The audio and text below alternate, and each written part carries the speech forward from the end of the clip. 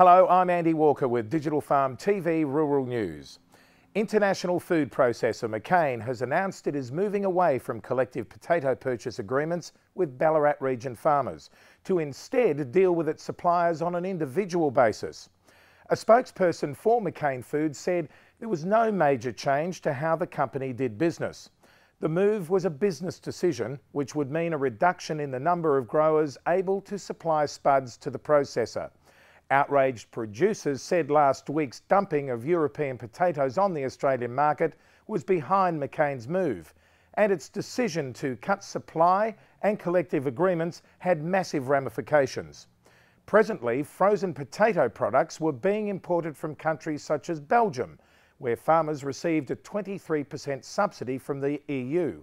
One Ballarat district producer asked, "How are we expected to compete on a level playing field with subsidised imports coming into Australia?"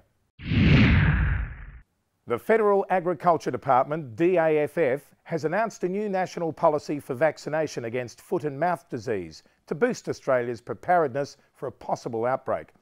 Departmental Deputy Secretary Rona Mallor said vaccination was increasingly recognised as a very important tool in early FMD control.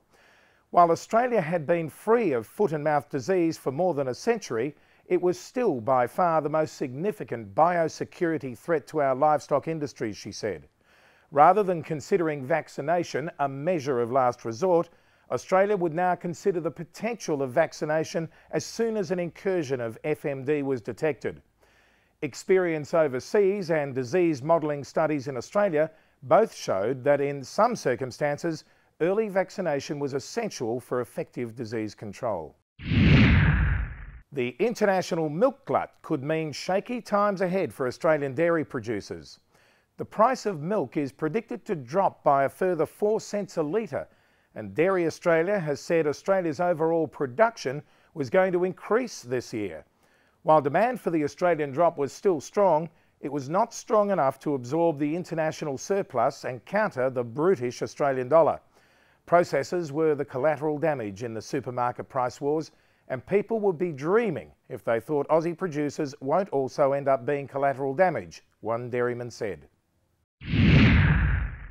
Producers from the Japanese city of Owaki have run a rice growing trial in the Burdekin in far north Queensland as part of efforts to find an alternative farming location. Regional Agribusiness Development Manager Gareth Jones said last week that until now, few observers believed the Kochi rice variety could be grown outside Japan. He said he thought the successful trial had silenced not just sceptics in Japan, but also in Australia. When the development team saw the first paddy draining water, a lot of them were doubtful about the Burdekin Delta soil, he said. With the first crop now seeding, critics have remained quiet. Free-range eggs may be popular with some Australian consumers, but an Australian animal welfare researcher doesn't see cage egg production disappearing for a long time, if at all. The South Australian Research and Development Institute's Dr. Phil Glatz said that given poverty concerns in many nations, cage systems may well flourish because they provide a high-protein source in a healthy food production environment. Modern cage production systems delivered a lot of eggs and were probably far superior to the free-range options. The eggs were cleaner, the birds healthier, and housing conditions could be managed with optimum efficiency. And biosecurity news from overseas. The Canadian Food Inspection Agency, having now quarantined 3 Atlantic salmon farms in the province of British Columbia over fears about the presence of the deadly IHN virus. The first quarantine occurred 2 weeks ago at a farm which was forced to destroy more than 560,000 juvenile fish. The Necrosis virus can kill young fish raised in freshwater hatcheries, juveniles recently introduced to the sea, and older fish in seawater.